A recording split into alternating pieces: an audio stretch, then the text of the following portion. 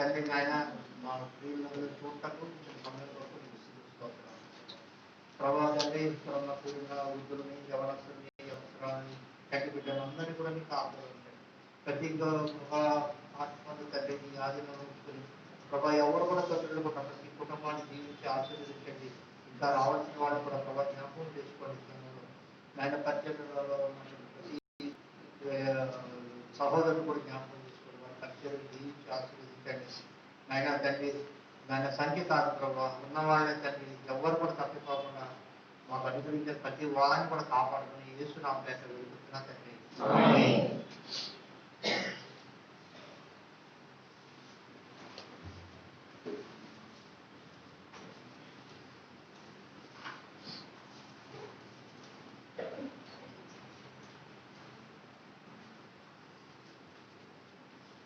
నిన్న సాయంత్రం సహోదరుడు కూర్చొని మాట్లాడుతూ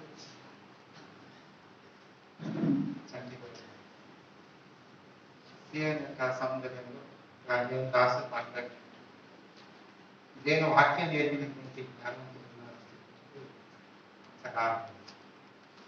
నిజమే సీఎంలో అన్న చెప్పినట్లుగా వాక్యపతి విధానంలో సత్యాన్ని నేర్పినటువంటి అయితే ప్రభు ఇచ్చిన హెచ్చరిక ఏంటంటే ఈ సత్యాన్ని నేర్పిన మనలను కూడా మోసగించేటువంటి తప్పుడు విధానాలు వాదులు వస్తామని మీరు చూస్తారు భయంకరంగా మామూలుగా పడతారు. అవి ఎట్లా ఉంటాయంటే నిజమా అని ఆలోచన చేసేటువంటి విధానం. అయితే ఏం అడగమంటున్నాడు దేవుడు? బుద్ధి వివేచన జ్ఞానం వివేచన. అది మనం అభ్యాసం చేయాలి అంటే దేవుని వాక్యాన్ని ఎక్కువ చదవాలి. రెండవది దేవుని యొక్క వాక్య విధానం మీరు ఆలోచన చేస్తే దేవుని వాక్యం బోధించబడుతున్నటువంటి విధానాలు మనం ఆలోచన చేస్తే ఎన్ని మనం బలపరచబడటానికి దేవుడు మనల్ని హెచ్చరిక చేస్తూ ఉన్నటువంటి తర్వాత సామెతల గ్రంథంలో నుండి 5 సత్యాలు మనకి మాట్లాడుతూ మనం అడుగుడు మీకు తీయబడుతుంది, తప్పుడు మీకు తీయబడుతుంది అని చెప్పిన మాట. ఇదే కాలంలో ఆండ్రూ నేను మాట్లాడుతున్నాను నవ్వుకున్నాం ఒక విషయం. మనం డెఫినెట్గా చాలా మందికి లోను తీరిపోతుంది అయిపోయిన తర్వాత మనం వెహికల్ గురించి ప్రార్థన చేయాలి. వెహికల్ ప్లాన్ చేయాలి. చాలా నవ్వు వచ్చింది. ఏంటో వెహికల్ ఇదంటే ఏం లేదు, ప్రార్థన అక్షరం కలదాం దేవుడికి అసాధ్యమైన ఇంకో ఉంటే నవ్వుతుంది. దేవుడు చెప్తా ఉన్నాడు సరైన విధానం సరైనటువంటి విషయాన్ని ఆలోచన చేస్తూ భౌతికమైనటువంటి కాదు ప్రణాళిక. దేవుడు మనం ఎప్పుడు కూడా భౌతికమైన కాదు ఆలోచన చేయాలి. దేవుడు అవసరమైనటువంటి తీర్పుని చూపిస్తాం. కాబట్టి మన జీవితాలు జ్ఞాన సంబంధమైనటువంటి వాక్యాలు వివేచన కలిగిన వాక్యాలు పెంపొందించబడి మనం ఇలా చేసినప్పుడు దేవుడు మహిమపరచబడి రాబోయేటువంటి భయంకర పరిస్థితులన్నిటి మనం తప్పించబడతాం. ఈ సమయంలో మనం లేచి నిలబడి పాట పాడదాం. 215వ పాట. మొదటి 2 చరణాలు ఆఖరి కొత్త పుస్తకాలు 215, పాత పుస్తకాలు 186. 215, 186.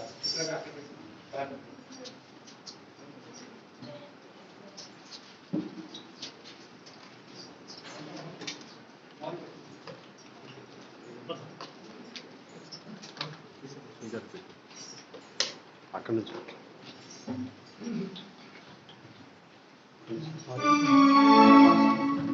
సైడ్ నుంచి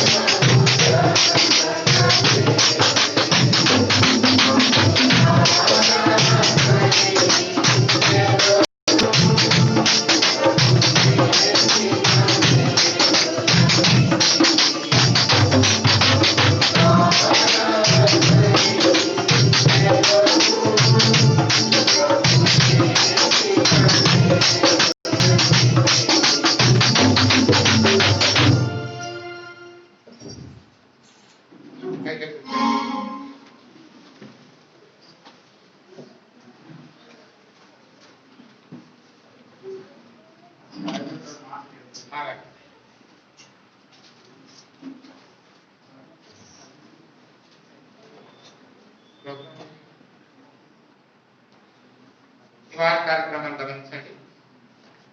పరిచర్య కొంచెం ఎక్కువగా ఉన్నాయి, దాని గురించి ఆలోచించండి. దాన్ని పైకి తీసేయండి, ప్రార్థన చేయండి, పాల్పొందవలసిన బాధ్యత. సోమవారం నాడు సహోదరులు సాయంత్రం 7 గంటలకు ఇక్కడ చేరి వచ్చి పరిచర్య కొరికైనటువంటి దానిలో మనం ప్రార్థన చేస్తాం. పరిచర్య పాల్పొందే తర్వాత సోమవారం మంగళవారం 5వ తారీఖు వేటపాలెంలో ప్రధాన కార్యక్రమం. దాన్ని ఎలాగని ఆలోచన చేశారంటే ఇక్కడ 7 గంటలకు బయలుదేరి వెళ్తారు.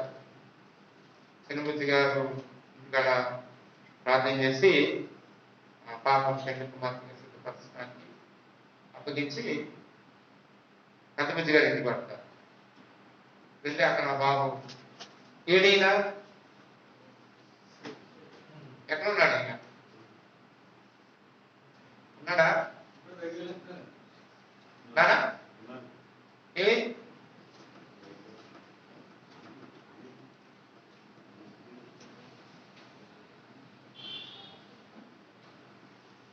అంటే మనమైతే చాలా తేలిక కదా, చాలా తేలిగ్గా ఆలోచించారు. మీ పని మీరు అన్నీ చేసుకుంటారు, అన్నీ ఇది చేస్తారు.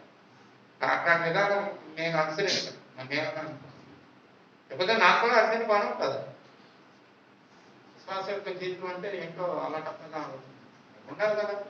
ఎవరు చెప్తారు? ఎవరు చెప్తారు? సరే, మీరు ఎలాగైతే అలా చేయండి.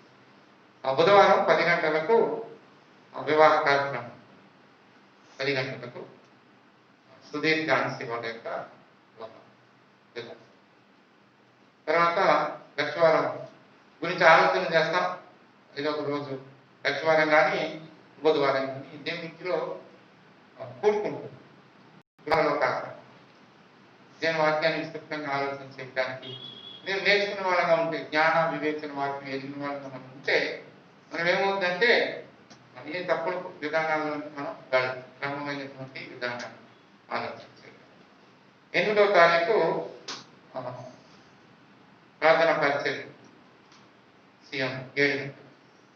శనివారం ధ్యాన బిడ్డలు, చిన్న బిడ్డలు అందరూ వచ్చి ఆదివారం పరిచర్య కొరకు మందిరాన్ని సిద్ధపరుస్తారు. ప్రభుదిన పరిచర్య 10 గంటలకు సీఎం పరిచర్య, సీఎం మందిరంలో. తర్వాత 8వ తారీఖు మరి దుద్దెపూడి ఏదైనా ప్రార్థనా మందిరం వార్షికోత్సవం. ఆయన ఆహ్వానించే రమ్మని పరిచర్య కొరకు కూడా వెళ్ళాలి. ఆ పరిచర్య కొరకు మరి నేను సిద్ధపడి వెళ్తా ఉన్నాను. నా కొరకు ప్రార్థించి 8వ తారీఖు అక్కడ ఉండి మరి 8వ తారీఖు సాయంత్రం బయలుదేరి వస్తాను. తర్వాత 13, 14 పేరవరం దళాక ప్రార్థనా మందిరంలో ప్రత్యేక పూర్తిగా ఏర్పాటు చేసుకున్నాడు ఆయన. మరి ఒకరోజు మనం వెళ్ళాలి. అందు గురించి 13వ తారీఖున మనం ఆలోచన చేద్దాం. ఒక వారం ఉంది కనుక మనం ప్రార్థన చేద్దాం. ఆయన మరి ప్రార్థన చేయమన్నారు. 13వ తారీఖు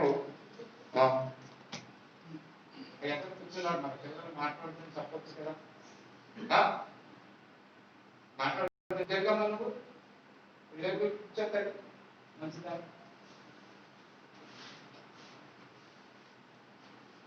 మాట్లాడకూడదు. తర్వాత 13, 14 13వ తారీఖున మనం వెళ్ళాలి. అందు గురించి దాని కొరకు ఆలోచన చేద్దాం. 15వ తారీఖు బ్రదర్స్ యొక్క ప్రార్థన పరిచర్య జగ్గంపేట పరిచర్య. సేవకులు పరిచయం చేసేవాళ్ళు వస్తారు అక్కడికి. జగ్గంపేట దేశంలో అది టైం చెప్తారు, 8 గంటలకల్లా అక్కడ ఉండాలి. తర్వాత 26వ తారీఖు మందిరపేట హౌస్ డెడికేషన్ అన్న జాబేజ్ అన్నది జగ్గంపేట ప్రార్థన చేస్తామన్నాం మనం. ఇల్లు పూర్తి కావాల్సింది. 26వ తారీఖు సెలవు కాబట్టి బాగుంటుందని ఆలోచన 26వ తారీఖు పెట్టారు. దాని కొరకు ప్రార్థన చేయండి. తర్వాత అందరం మనం సిద్ధపాటు పెట్టుకోవాలన్నా ఆ కుటుంబం కొరకు ప్రార్థన. ఈ సమయంలో మన జాగ్రత్తగా వచ్చేది మనతో పంచుకోవాలి.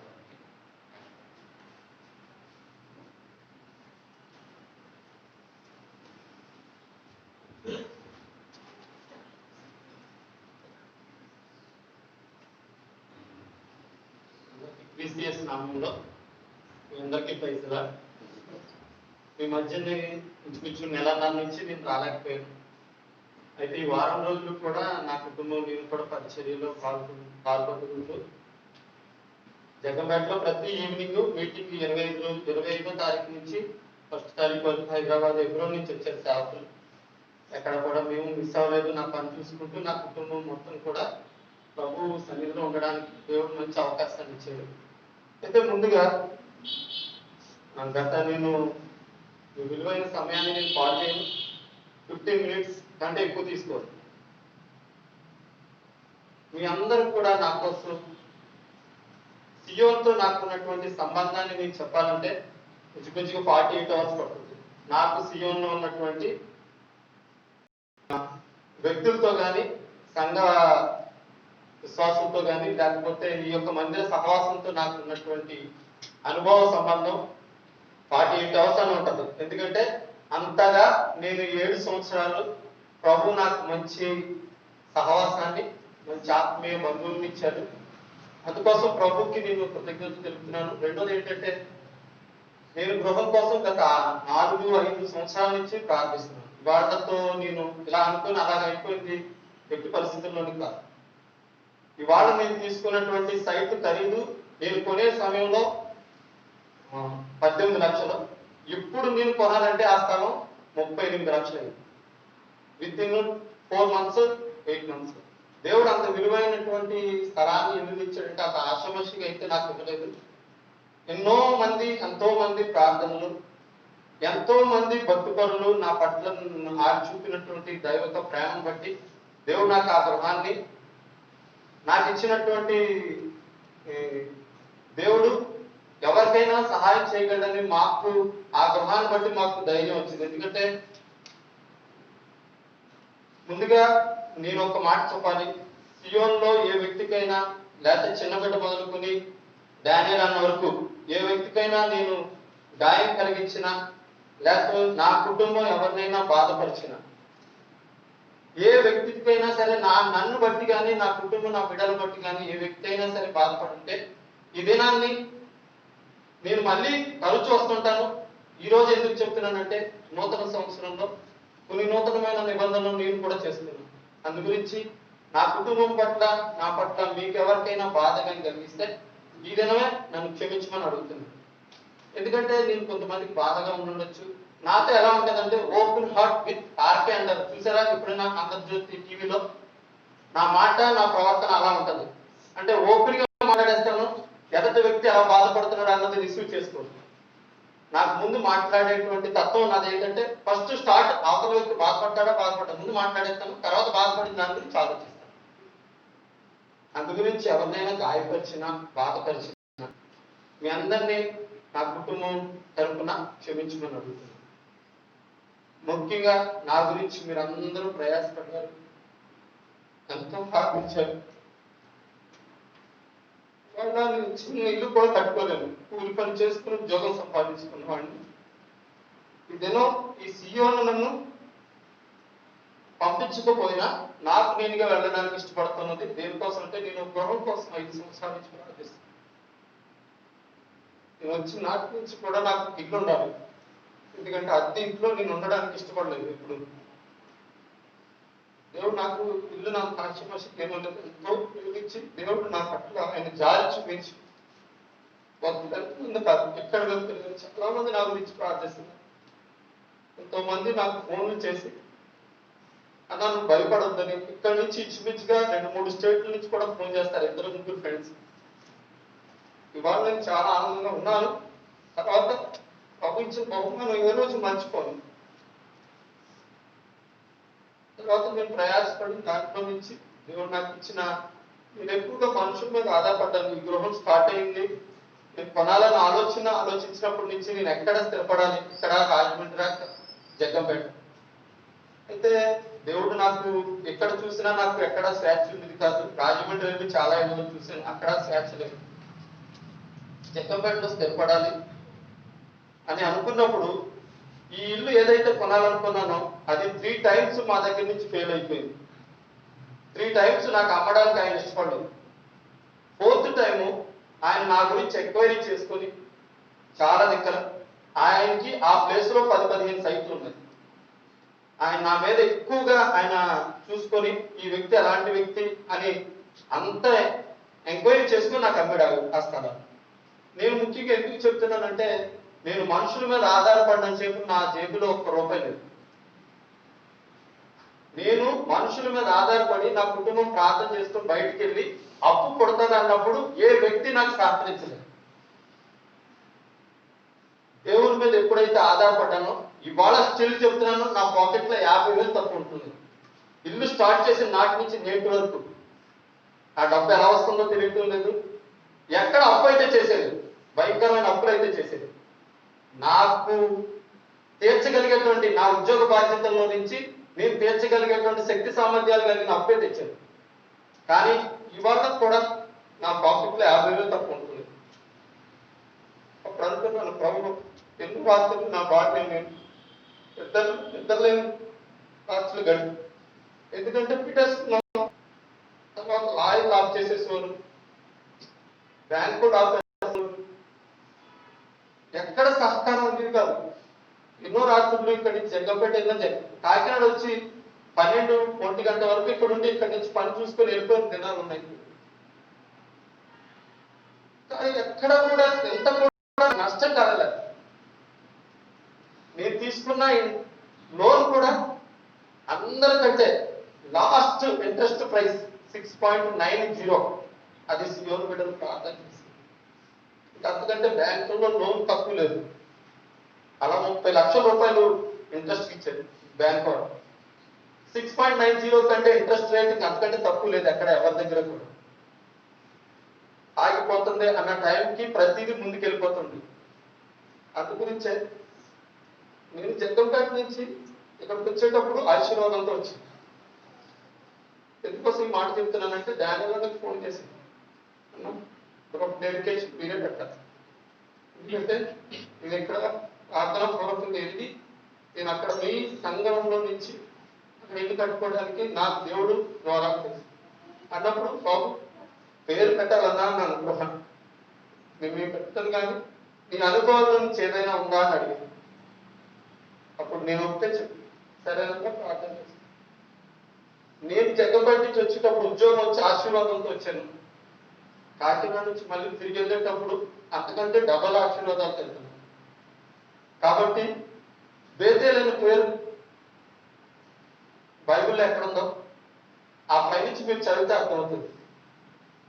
ఆ బేతేల్ అన్న పేరే పెట్టాలని మేము ఇద్దరు నిర్ణయం చేసుకున్నాం. ఎందుకంటే నేను వచ్చేటప్పుడు మంచి ఆశీర్వాదాలతో వచ్చాను కాకినాడ, తిరిగి పోయేటప్పుడు కూడా అత్యధికమైన ఆశీర్వాదాలతో వెళ్తున్నాను. అందు గురించి మేము బేతేల్ అని పెట్టుకున్నాం. దాని విషయంలో ప్రార్థించండి. తర్వాత ఈ నెల 26వ తారీఖు సెలవు దినం అని పెట్టుకున్నాను.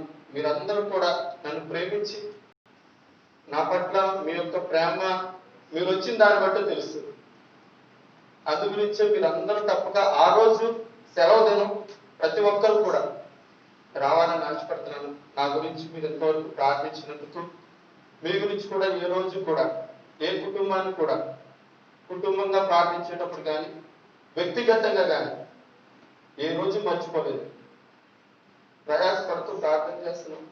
నేనైతే ఇక్కడే ఉంటాను, బిడ్డలు అక్కడ ఉంటారు, కానీ నేను ఉద్యోగం ఇచ్చి ఇక్కడ ఉండి తరచూ నేను సియోన్లోనే నా యొక్క ఈ సంఘంలోనే నేను వచ్చి వాక్యం వింటూ మళ్ళీ నేను జగ్గంపేట వెళ్ళడం జరుగుతుంది. కాబట్టి మీరు నా కోసం ఇక్కడ జరిగే ప్రతి కార్యక్రమం మీరు మర్చిపోకుండా నా కుటుంబానికి కూడా మీరు తెలియపరచాలని, ఏదైనా ఉంటే ఏదైనా సంఘంలో ఏ ప్రార్థన కోరుకున్నా ఏ అవకాశం ఉన్నా నేను రావడానికి ప్రయత్నం చేస్తాను. నా గురించి ప్రార్థించండి.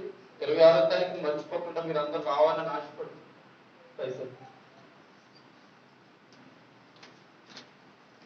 26 గురించి మనం ప్రార్థన చేస్తా ఉన్నాం.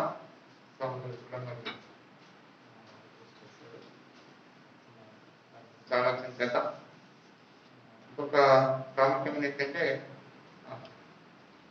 కుటుంబం జగ్గంపేటలో వస్తే పట్టుకోవడం అనేటువంటి దేవుని యొక్క పట్ల దేవుడు చేసిన కార్యం మనకైతే లోను దేవుడు ఆ రోజును భర్తీ చేయగలరు.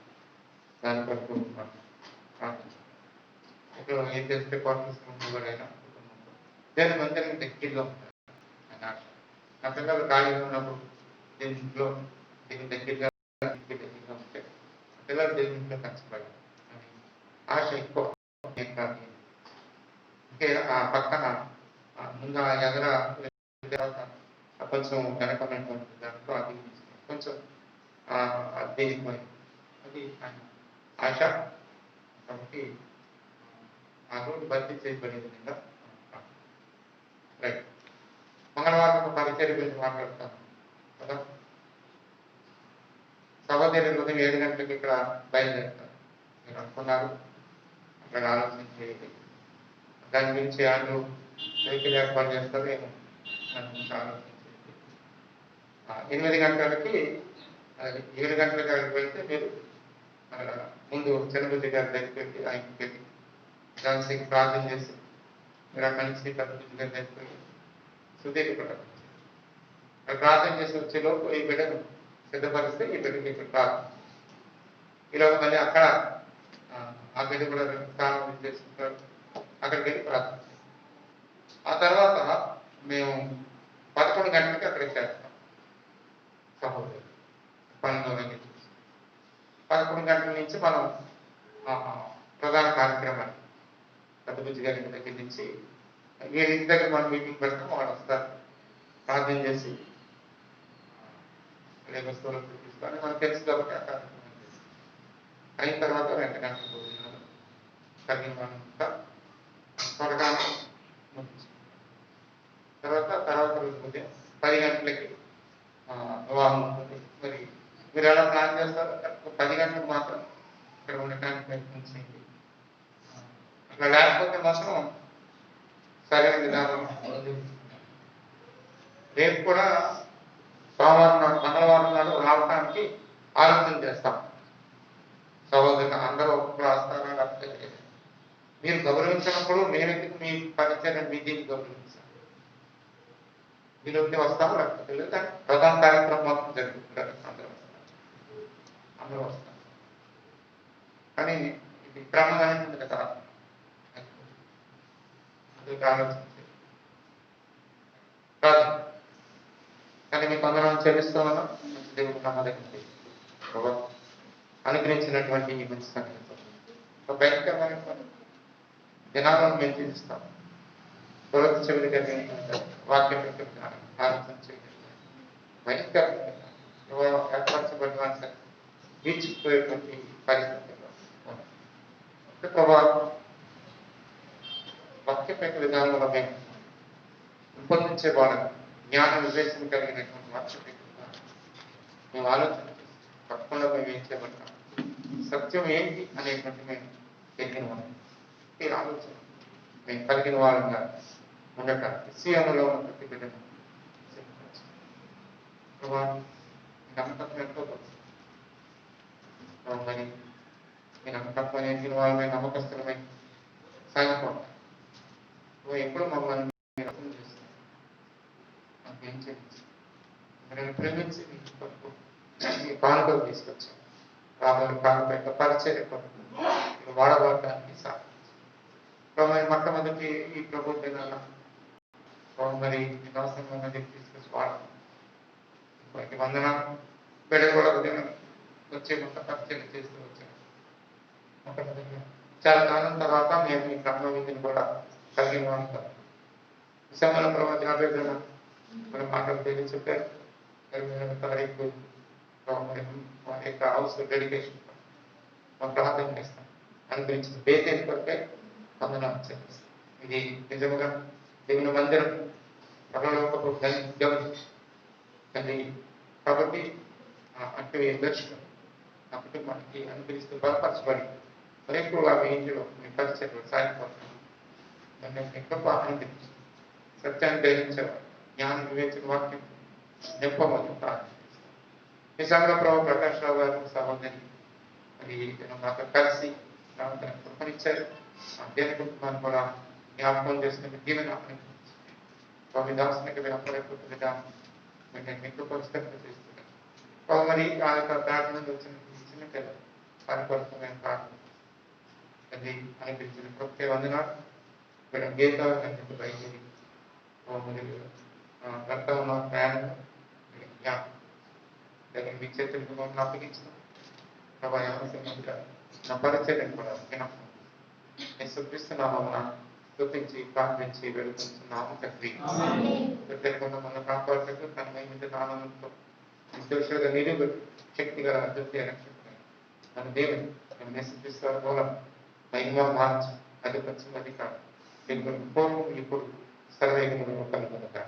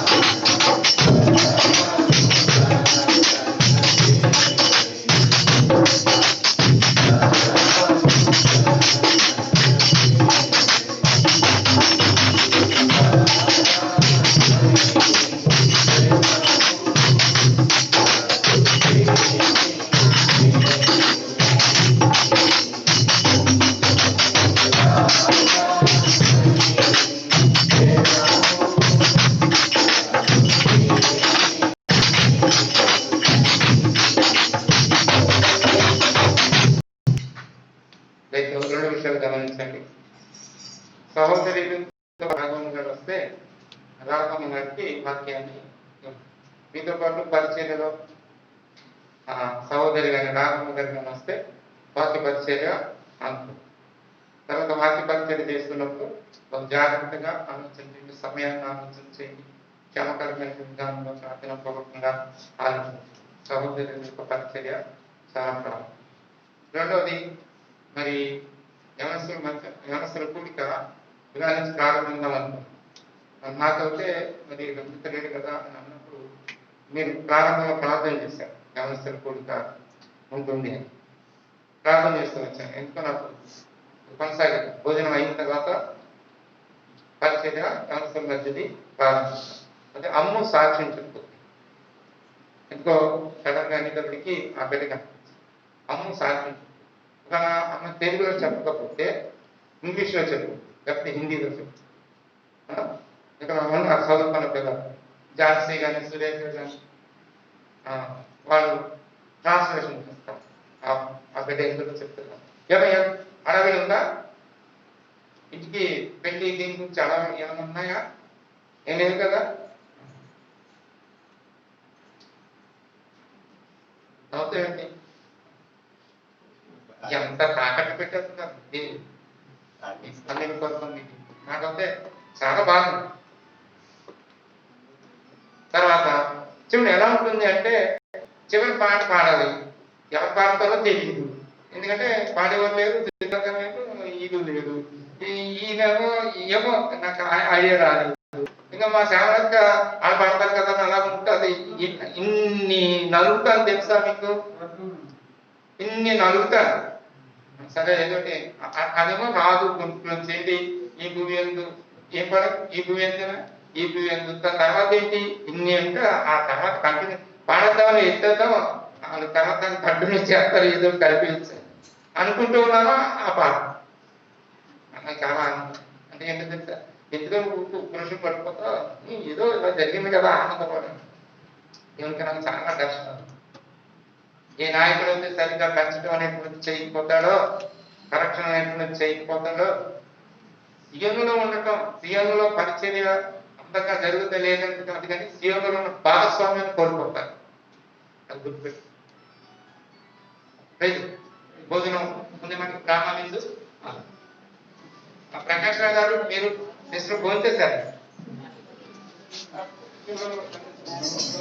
భోజనం